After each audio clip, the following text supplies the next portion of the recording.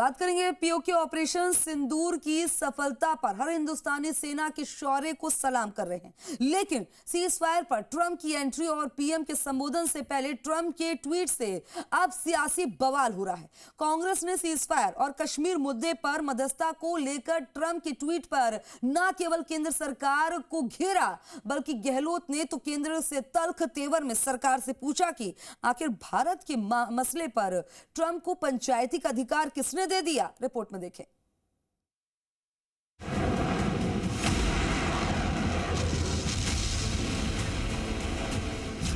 क्या ट्रंप की एंट्री से हुआ सीज फायर? ट्रंप की एंट्री पर कांग्रेस का सवाल। सेना को सराहा, ट्रंप पर केंद्र को घेरा। ऑपरेशन सिंदूर में पाकिस्तान के आतंकी ठिकानों को ध्वस्त कर दिया, पाकिस्तानियों को पस्त कर दिया। भारतीय सेना के शौर्य को पूरी दुनिया ने देखा। ऑपरेशन सिंदूर को तमाम सियासी दलों के साथ एक एक हिंदुस्तानी ने सपोर्ट किया। देशभक्ति की ऐसी लहर और पाकिस्तानी को पूरी तरह सबक सिखाने को लेकर पूरा देश एकजुट नजर आया। लेकिन तभी सीन में ट्रंप की एंट्री होती है। ट्रंप के एक ट्वीट के बाद भारत ने जिस तरह से सीज फायर का ऐलान किया, उसको लेकर कांग्रेस ने न केवल केंद्र सरकार को घेरा, बल्कि ट्रंप को भी कश्मीर मुद्दे पर पंचायती करने पर लपेटा। पूर्व सीएम अशोक गहलोत ने न केवल सीज फायर पर सवाल खड़े किए, बल्कि अमेरिका के राष्ट्रपति डोनाल्ड ट्रंप की भूमिका पर सवाल उठाए। ट्रंप ने जिस तरह से कश्मीर पर दखल देने की बात की, उसको लेकर गहलोत ने सरकार से सवाल पूछा कि कश्मीर के मुद्दे पर ट्रंप किस हैसियत से बोल रहे हैं, किसने इनको हक दिया। गहलोत ने सख्त लहजे में केंद्र पर हमला करते हुए कहा, ट्रंप को हम क्यों सुने? क्या ट्रंप ने ठेकेदारी ले रखी है? अभी जो ट्रंप साहब पिक्चर में आ रहे हैं, वो पता नहीं इनकी कंसर्न से आ रहे हैं सरकार की, या वो अपने हिसाब से आ रहे हैं। वो भी देश के सामने स्पष्ट करना चाहिए प्राइम मिनिस्टर को, एमईए को, कि भाई वो ट्रंप साहब जो सब कुछ कह रहे हैं आज के टाइम में, उसके पीछे क्या राज है, क्या दबाव है, हम क्यों सुन रहे हैं, स्पष्टीकरण क्यों नहीं दे रहे हम लोग कि फ्यूचर में क्या पॉलिसी रहेगी देश की। आतंकवाद को लेके भी,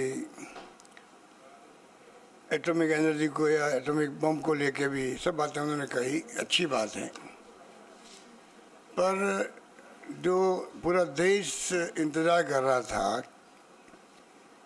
कि जो अचानक सीज फायर हुआ, उसको देश पूरा समझ नहीं पा रहा है, कोई नहीं समझ पा रहे हैं। सोमवार को पीएम मोदी के देश के नाम संबोधन के ठीक पहले एक बार फिर से ट्रंप का ट्वीट आया था, जिससे कांग्रेस आग बबूला हो गई।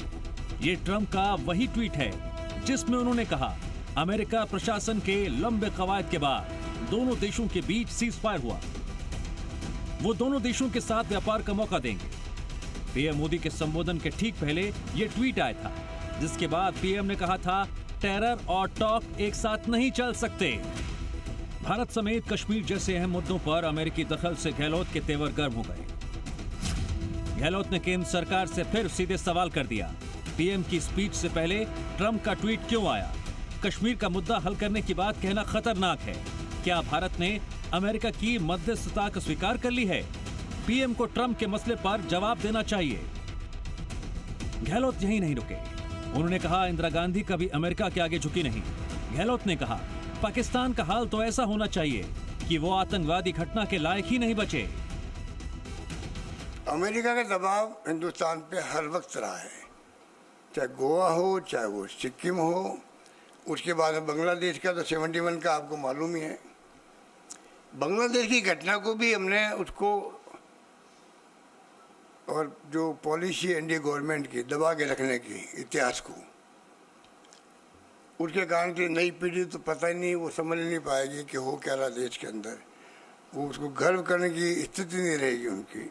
65 का वार था, हमने देखा हमारे खुद के शहर में 500 बम गिर गए थे।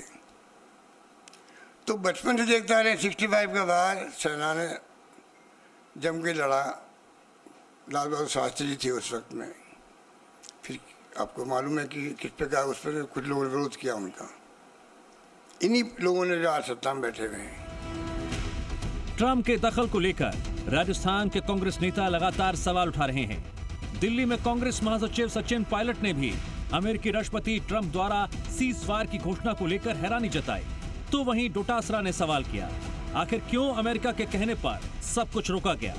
लेकिन बीजेपी नेता न केवल ये कह रहे हैं कि खून और पानी एक साथ नहीं बह सकते, बल्कि कांग्रेस पर राजनीति करने का आरोप लगा रहे हैं। हम सबको बड़ा आश्चर्य हुआ जब सीज फायर की जो घोषणा है वो अमेरिकी राष्ट्रपति ने करी। ये शायद पहली बार हुआ है कि इस प्रकार की सीज फायर की घोषणा सोशल मीडिया के माध्यम से अमेरिका के राष्ट्रपति करते हैं। और जो उन्होंने अपने सोशल पोस्ट पर लिखा है उस पर भी हमको ध्यान देना चाहिए। नरेंद्र भाई मोदी जी ने जिस प्रकार से दुनिया में भारत की प्रतिष्ठा बढ़ाई है वो सर्वविदित है, ये सारी दुनिया जानती है, लोहा मानती है। और कल का जो उनका भाषण था एक सैनिक की तरह भाषण था। ये भाषण कोई एक राजनेता का भाषण नहीं कह सकते।